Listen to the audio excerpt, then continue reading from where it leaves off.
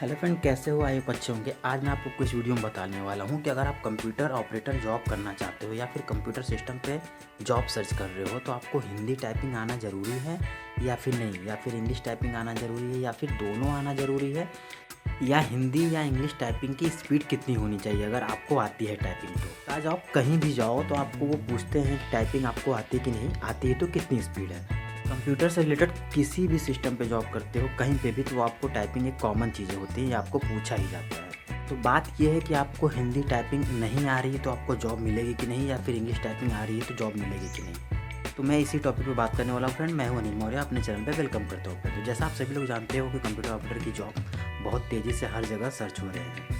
Back office की job बहुत ज़्यादातर लोग पसंद करते हैं जॉब करने के लिए। उनको सिस्टम पे काम करना भी आता है, सब कुछ आता है, लेकिन टाइपिंग की बात आती है तो उनकी टाइपिंग अच्छी नहीं होती है, या फिर आती है तो इंग्लिश आती है, हिंदी नहीं आती है। और किसी को हिंदी आती है तो इंग्लिश, या फिर किसी की स्पीड वगैरह अच्छी नहीं होती है।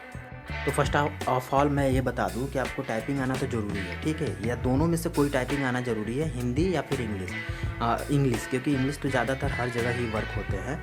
अगर आपको हिंदी आती है तो बहुत ही अच्छा है, बहुत ही अच्छा, आपको प्रेफरेंस मिल जाएंगे, आपको चांस मिल जाएंगे जॉब करने के लिए।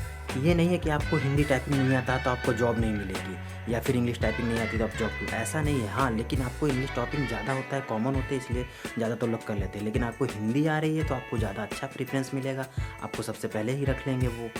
हिंदी टाइपिंग आने से बस आपको जॉब के रास्ते ज़्यादा खुल जाएंगे, आपको प्रेफरेंस ज़्यादा मिल जाएंगे, चांस ज़्यादा मिल जाएगा। तो आप कोशिश करना कि आपको हिंदी टाइपिंग भी आना चाहिए और भी उसकी अच्छी स्पीड भी होनी चाहिए, क्योंकि अभी तक मैं जितने जगह गया हूँ वहाँ पे हिंदी इंग्लिश टाइपिंग दोनों ही कर रहा हूँ, ठीक है, और प्रेफरेंसेस वगैरह ज़्यादा ही मिलते हैं कंपेरिजन ऑफ इंग्लिश टाइपिंग। अब बात कर ले कि इंग्लिश टाइपिंग की स्पीड कितनी होनी चाहिए, अच्छी होनी चाहिए, या फिर हिंदी टाइपिंग की स्पीड कितनी होनी चाहिए। ज़्यादातर देखा जाता है इंग्लिश टाइपिंग की जो स्पीड होती है वो 30 वर्ड पर मिनट होती है, और हिंदी की 25 वर्ड पर मिनट, ठीक है। लेकिन ऐसा नहीं है, आपको ऑन एवरेज भी है प्राइवेट जॉब में तो आपको चल जाएगा, मतलब 25 से 30 के बीच में अगर इंग्लिश टाइपिंग है तो आप जॉब के लिए सूटेबल हो जाओगे, और हिंदी की 20 to 25। कोशिश करना कि इतना तो टाइपिंग स्पीड आपकी रहनी ही चाहिए, इससे अधिक ही रहनी चाहिए, क्योंकि वो अब तो ज़्यादा ही 30 प्लस मांगते हैं फ्रेंड।